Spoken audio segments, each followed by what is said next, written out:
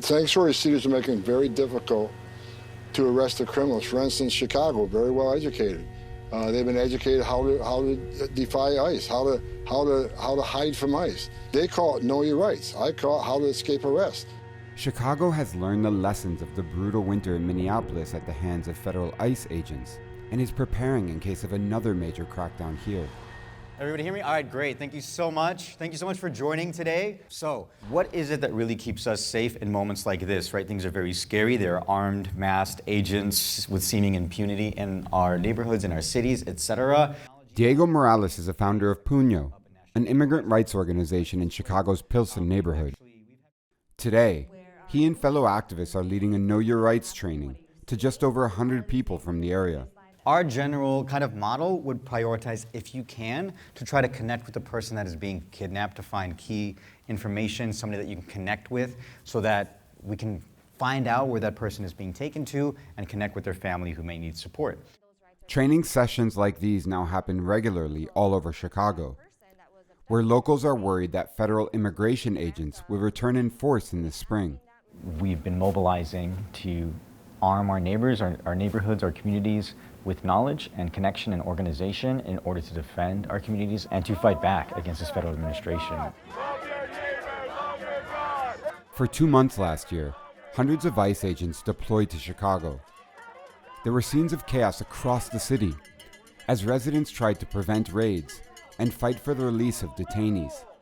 Most of the federal agents pulled out in November, but not before taking this picture at Chicago's iconic Bean statue and warning they would soon be back. Chicago is a deeply democratic city, and immigrants make up nearly a quarter of the population. The city's mayor, Brandon Johnson, has been a vocal critic of the immigration crackdown, even calling for ICE to be abolished. Yo, what's up, Chicago? Let them hear you!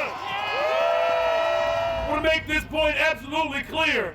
We are not okay with ICE attempting to occupy our cities. Mayor Johnson is popular among many Chicagoans for standing up to President Trump, but as detentions continue, there are still some here who want his office to do more.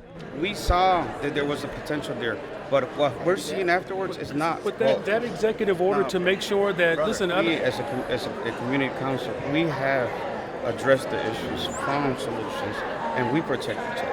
And we're going to fight as much as we can to protect our people with our heart, because that's where our intentions are. And so we're committed to doing that? We hope so. Okay? We hope so. All right, thank you, brother, for coming in. This January, in the weeks following the ICE killings of Renee Good and Alex Preddy in Minneapolis, Johnson became the first U.S. mayor to sign an executive order aiming to hold federal agents accountable for criminal activity, which could pit local cops against federal agents.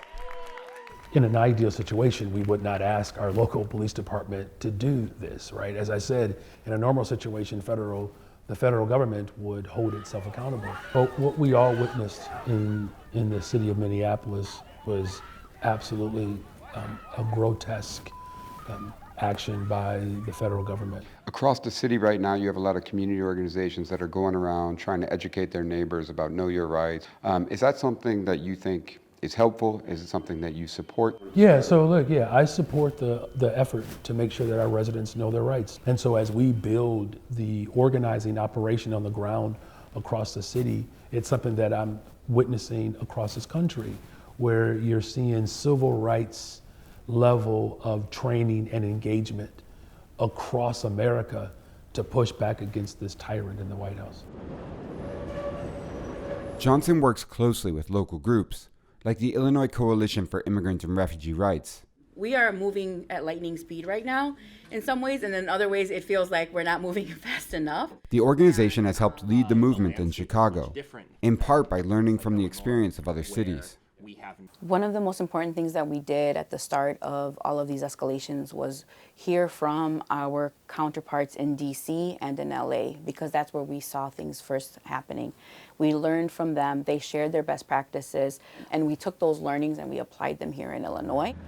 Once those nationwide strategies are developed, they are then shared with the neighborhood groups, like Pilsen Puño, who then go door to door to spread the information to their neighbors. We'll also be handing out know your rights literature, which is bilingual. It has a lot of like basic phrases that you can use if you encounter ICE, what different warrants look like, for instance, real warrants and fake warrants. I always say like we're always like on our phones saying like horrible shit. And so this is a great way to just kind of get out and talk to people. So I would just hit the big thing. It's like, you know, you don't have to open your door. You don't have to speak to them under your Fifth Amendment right. And you're always allowed to safely record and document ICE activity.